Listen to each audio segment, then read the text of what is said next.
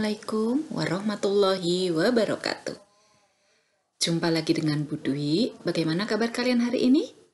Ya, Ibu doakan semoga kalian selalu dalam keadaan sehat walafiat. Kali ini kita akan belajar tentang bahasa Indonesia, tema 2, subtema 1.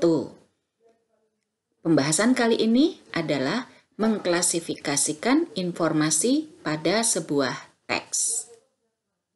Siap ya? Yuk kita belajar bersama-sama. Nah, yang pertama, kita akan menentukan informasi dari teks dengan menggunakan kata tanya, ya. Nah, sebelum itu kita lihat dulu. Membaca dapat memberi kita banyak manfaat. Salah satu manfaat membaca adalah dapat menambah wawasan dan pengetahuan.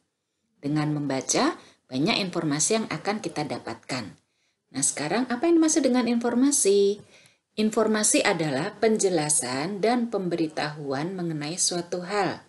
Kita dapat mendapatkan informasi dengan menggunakan kata tanya, ya.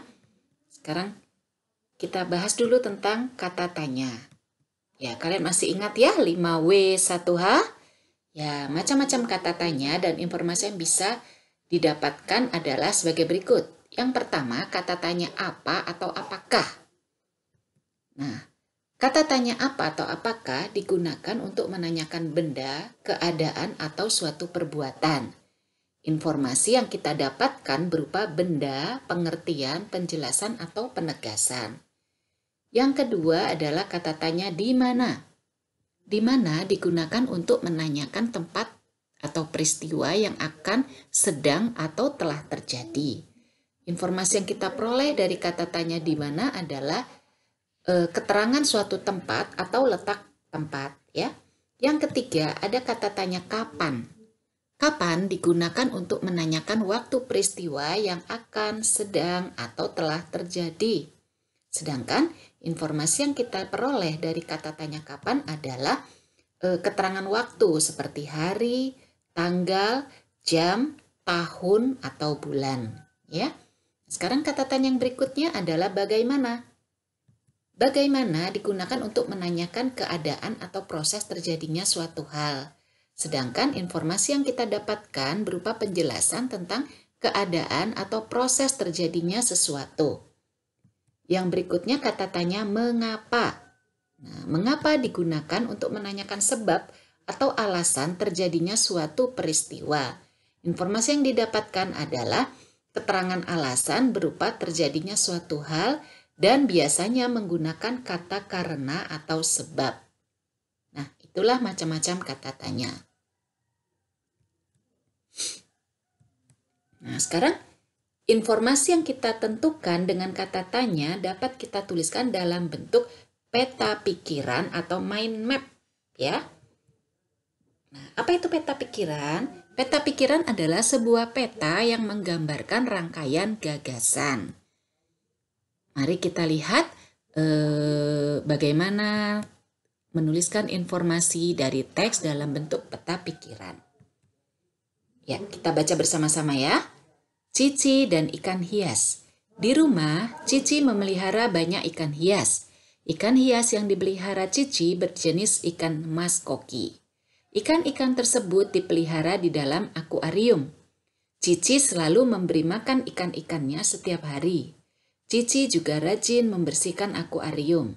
Saat membersihkan akuarium, Cici mengganti air yang sudah lama dengan air bersih. Cici rutin melakukannya seminggu sekali. Ikan di dalam akuarium berenang ke sana kemari.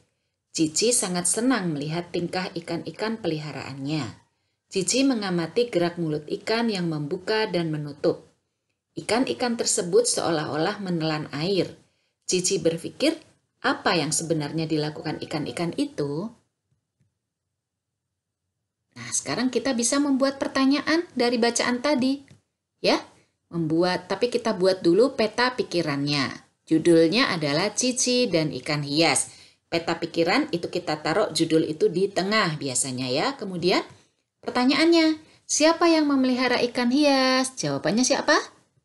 Iya, betul. Ikan hias dipelihara oleh Cici. Kemudian yang berikutnya, Apa nama ikan yang dipelihara oleh Cici? Ya, betul. Cici memelihara ikan hias berjenis ikan mas koki. Kemudian yang berikutnya, di mana ikan hias tersebut dipelihara? Nah, Cici memelihara ikan hias di akuarium. Kemudian, kapan ikan hias diberi makan? Jawabannya adalah Cici memberi makan ikan-ikannya setiap hari. Kemudian yang berikutnya, pertanyaan kapan? Kapan akuarium dibersihkan? Cici membersihkan akuariumnya seminggu sekali. Dan yang terakhir, apa yang diperhatikan Cici saat melihat ikan-ikan hiasnya? Jawabannya adalah saat melihat ikan-ikan hiasnya, Cici memperhatikan gerak mulut ikan yang membuka dan menutup. Nah, demikianlah penjelasan Ibu ya tentang peta pikiran tadi. Sekarang tugas kalian adalah membuat peta pikiran di LKS tema 2 halaman 8. Ayo berlatih 1. Sebelumnya, kalian baca dulu tentang Niko dan ikan hias di LKS tema 2 halaman 7. Jangan lupa setelah selesai, hasil pekerjaan kalian foto, kemudian kirim ke WA Bu Dwi ya. Ya, demikian penjelasan Bu Dwi, semoga bermanfaat bagi kalian. Ibu akhiri. Jazakumullah khairan katsiran. Wassalamualaikum warahmatullahi wabarakatuh.